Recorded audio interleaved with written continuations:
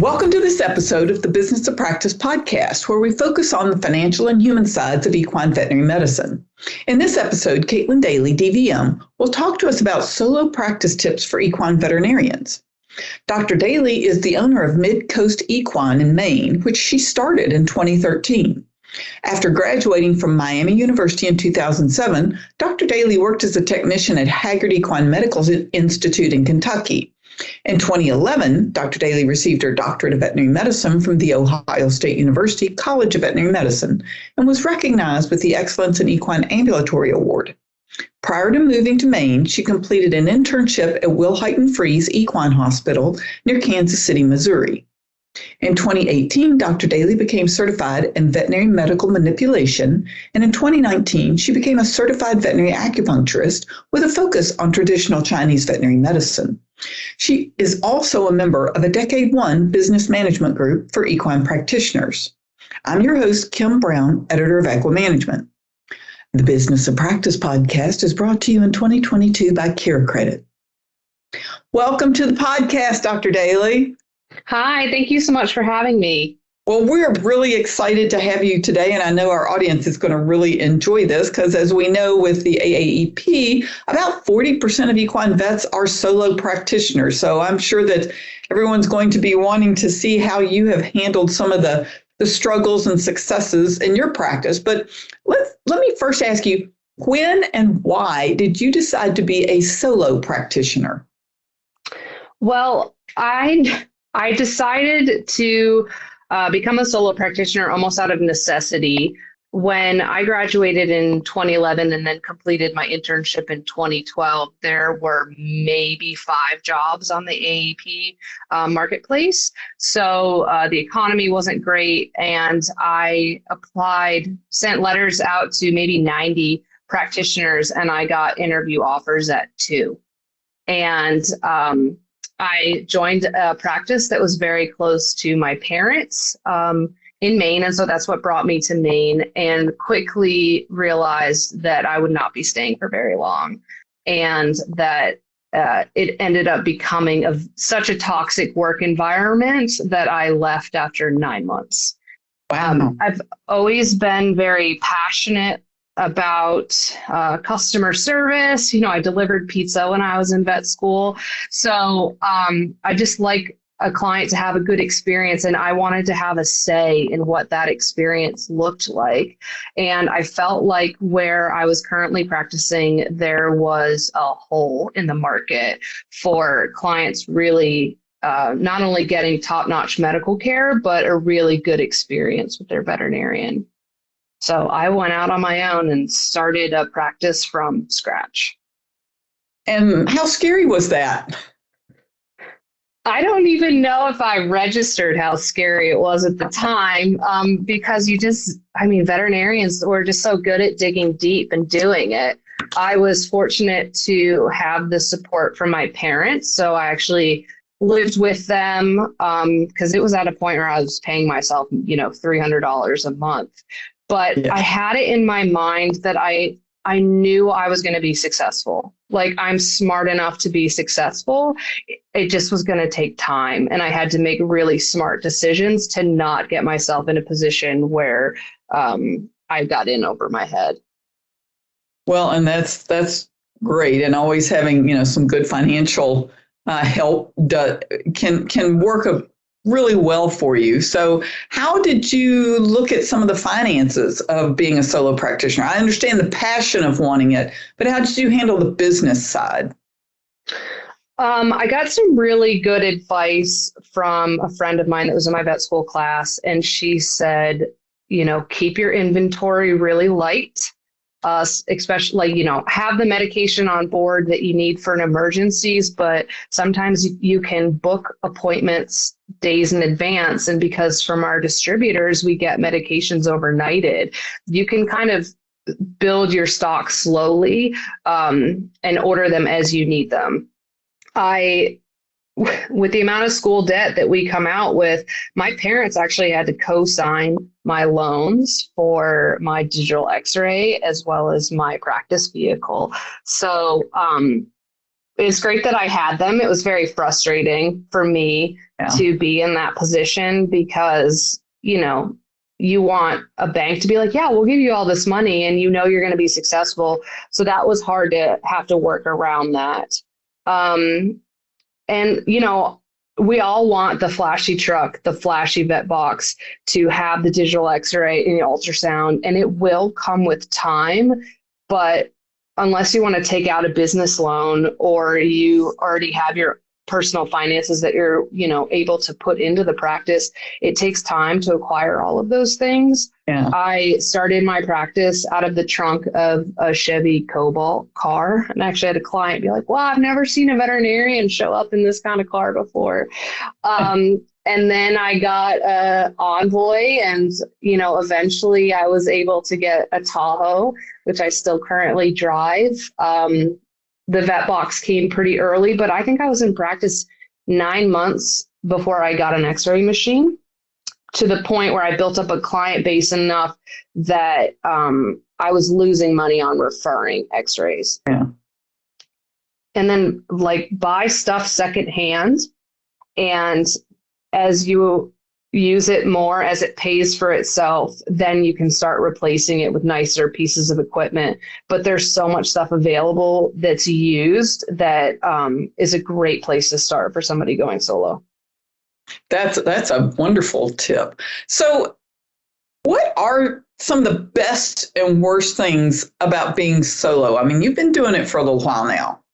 Yeah, so I can't believe it. The practice has been open for, I think, 9 years, maybe 8, if I did my math right. I would say the best thing is that I get to set my schedule. That I used to hate working at a clinic where I would leave my house to go to the clinic to pick up the car, then to go back in the direction and past my house to go to the appointment. It was such wasted time. So I love that I can set my own schedule, that if I have a gap in the middle of the day, the dogs come with me and we go for a hike in between appointments, that I get to, I think, I don't have to ask anyone permission to take time off to get approval for the type of CE that I want to do. I get to do whatever I want. So I think that is the best thing. It took me a lot of time and effort to, be in the position where financially you can start saying no to things. Yeah. That's the other thing. I love being able to say no. So how do you handle emergencies as a solo practitioner? So I decided a while back that I wasn't going to have a pager, because after my internship, I felt like I had PTSD, and every time the microwave went off, I would hold my breath. So I have it where clients call and they have to call twice. And what I ended up doing, because I found myself getting resentful that if I picked up the phone immediately and I didn't know what the emergency was, sometimes I would be caught off guard with non-clients. So everything goes to voicemail. I listen to it, and then I can go, okay, this is a call, I can finish my dinner, whichever, and then I call somebody back. The amount of emergencies that I see as a solo practitioner is pretty low, because I only see emergencies for my clients, unless I'm feeling generous. So because, I don't need as many clients to support just me versus a 5-doctor practice, there's just less horses to cause an emergency. Right. I've also paired up with a colleague of mine in the area, and we don't have a set rotating emergency schedule. And that's something I'm interested in developing in the future with her. But right now, we are so good at saying hey, I have this meeting on the 25th. Can you cover for me? And I've never said no. I will always say yes, because she says yes to mine. And it's really great to not only have that time for myself and have somebody else support that for me, but I love being able to pay that back to her. And we just have a really strong working relationship. That's great. The Business of Practice podcast is brought to you by CareCredit. CareCredit keeps equine veterinarians at the heart of care by providing horse owners with simple, budget-friendly financing options. By bridging the gap between cost and care, CareCredit supports healthy financial relationships between veterinarians and their clients. It can help them move forward with care a horse needs whenever and wherever it's needed. Let's talk a little bit of emergencies. That's a good place to talk about boundaries. That is a huge issue, especially with solo practitioners. How do you handle client access versus your personal life? Yeah, so that, I didn't quite get into the negatives of solo practice, but that could be part of it, is that, you're at everybody's beck and call if you let them. So as a solo practitioner, you often don't have like the office staff to filter the calls and protect you. So what I've tried to do is using technology to create an office. So the voicemail, I have auto replies for my email, for Facebook, as well as for text messages, and that auto reply goes on at 5:00 at night, and it goes off at 8:00 in the morning, and it lets the client know who's texted me like, hey, I'm not going to answer this right now, and if you have an emergency, you need to call. So the catch for that is that I have to stop looking at the text message because we are our own worst enemies, and so I'm getting better at that, because sometimes I'll like look at it and then read it, and then you roll your eyes and you're like, oh, Sharon, I can't believe like you're texting me about that. So that's me putting myself in a position where like I'm not respecting my own boundary on it. So now I've just acknowledged that I have a text from them, but I don't open it and I don't read it until the next working day. And by having that boundary too, like you're training your clients that they have to call you if it's an emergency. That unless it's a case I'm actively managing, like I'm not going to text you at 6:30 at night to schedule an appointment. And then, so that really helps protect me and clients' access to me. The other thing is like protecting my personal life. So I find like in the springtime, you'll have these emergencies that you end up working like 17 days in a row. And it's not hard work all the time, but like where you literally don't get a break from veterinary medicine. Yeah. And that's really tough. So I've found for me that I do really well when I work Monday, Tuesday, Thursday, Friday. And then I take Wednesday off, and Wednesday is like the holy day. Like if I get a massage, it's on Wednesday. My therapy appointments are on Wednesday. Like it's me day Wednesday. And I protect that like so hard. A client will be like, well, Wednesday is the best day for me. I'm sorry, I don't see appointments on Wednesday. Yeah. And I just don't. And most people understand if there's an emergency, then that's different. Those things happen. But like Wednesday's a holy day, so we don't put anything on that schedule. And then the other thing is like I do CrossFit, so I really like to get that in. And in the slower time of the year, like I want to be done by 3:30 so that I can go to the gym. And again, that doesn't always happen, but working out, staying fit, it's not only good for my mental health, but physical health too. And it's a priority for me. So I think it's whether you have kids, whatever you like to do in your life, you figure out what has a priority over your work life. And then you schedule your work life around that. So I have a friend that drops her kids off every morning. So she's not going to schedule an appointment at 8:00 in the morning if she needs to be dropping off her kids. She doesn't see stuff until 9 in the morning. So that's a really strong boundary that she has to protect her personal life and her family. And what other negatives would you say being a solo practitioner someone should be aware of before they make that decision? Well, being by yourself is hard in a number of ways. It can be really lonely that you're by yourself all of the time. That is alleviated with having a technician. I have a technician part-time, so we have fun in the car. And then also calling your friends that are also solo, and also being alone too. Like, I went out very early on my own in my career, and so I didn't have that direct mentorship that a lot of my colleagues did that were working in group practices. So I had to find that in other ways. So some of that's over the phone, but also like pairing up with other vets in the area. A friend of mine helped me with a bunch of castrations, and I helped her with some oral surgeries. So doing that where you know that you're not alone, that if you want to try something new, that you have a friend or two that you could say like, hey, I'm a little nervous about this. Do you mind just being an extra set of hands? And so that's been really helpful. Also having the opportunity to do as much CE as I want, whenever I want, has really helped me connect with a lot of colleagues and meet new people, so that my circle, is so much bigger now than it was when I first got out. That's wonderful. And tell me a little bit about your involvement in Decade One. Oh, I love Decade One. Anyone that you ask probably will say that. So Decade One was started by Dr. Amy Grice many, many years ago. And I was actually in the first group that she started. And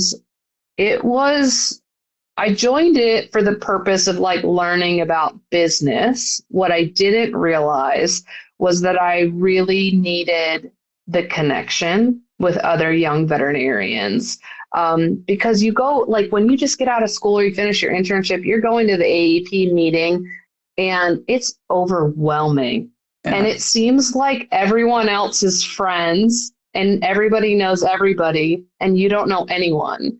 And it was really nice for me to have the opportunity to connect with colleagues that are roughly my age, roughly in the same stage in their career, in a really non-competitive place that we could just leave our egos at the door.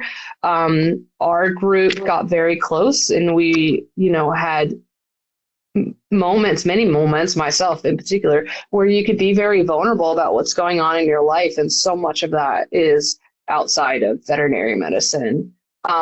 Still to this day, we're all encouraging each other, and, whether it's how to have a difficult conversation with a client or tips on medical cases. Like I have 15 people that they're my family.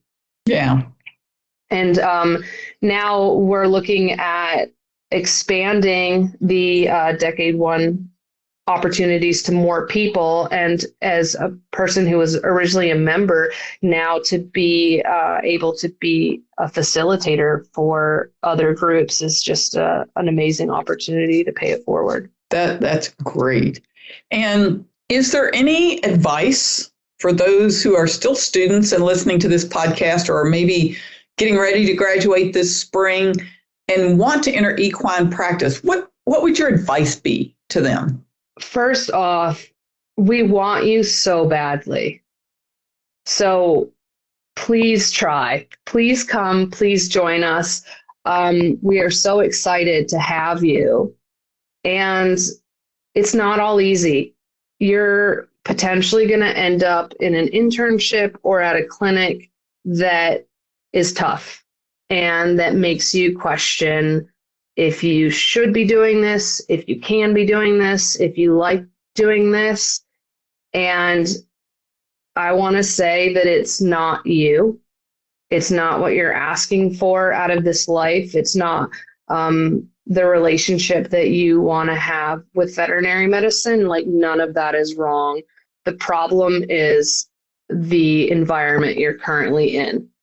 And, internships, you can leave them, and some people do, and some people stick them out. But if you're at a job that you really hate, leave. There's so many quality practices that are hiring right now that are changing the paradigm where you can have a work-life balance is the wrong word. I thought somebody the other day was saying like symbiosis, but this flow between life and work that is unique to you that a practice is going to respect. So if it doesn't fit the first time, keep trying. I have a friend of mine that is on her 4th practice and loving it. She finally found a place that's home. She is an active polo player and they respect that. And she plays polo in the middle of the week and on the weekends. And I'm so happy for her because she's worked so hard and she deserves it. She deserved it from day one. So please know that you're worthy of having a good relationship with this profession and that you can do it and that we want you. That's a great note. Anything else you would like to add? I think that if you're interested in becoming a solo practitioner, or, if that's something that you want to do it. You're never going to be as fully ready as you think you can be. So don't wait.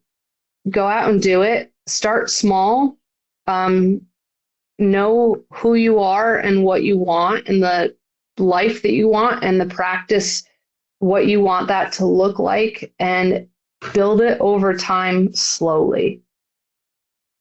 Because it's easier to acquire the right type of clients than it is to fire the wrong people. Again, is there anything else that you would like to add, Dr. Daly? If anybody has any questions or looking for advice, don't hesitate to reach out. I love talking about being a solo practitioner. So I believe my email will be provided with this podcast. So please do. And then also look into our Decade One group. It's available both on Facebook and Instagram, Decade One Vet, as well as decadeonevet.com. There are more groups that are forming all the time, and we'd love to have you. Oh, those are great words. And I do work a lot with Dr. Grice, and she is such a wonderful mentor and advisor. So yeah, the Decade One, please do that. And we will, in the article on equimanagement.com that goes along with this podcast, if Dr. Daly has said that she will answer you, I will include her email and you can contact her from there. So thank you very much, Dr. Daly, for joining us today on the Business of Practice podcast. You are so welcome. Thanks for having me. And we thank all of our listeners for joining us today, and a big thanks to our sponsor, CareCredit. Please visit equimanagement.com or your favorite podcast network, such as iTunes or SoundCloud or Stitcher, to hear each episode. And if you have any questions or suggestions, send an email to me at kbrown, that's the letter K Brown, at equinenetwork.com. The Business of Practice podcast is a production of the Equine Podcast Network, an entity of the Equine Network, LLC.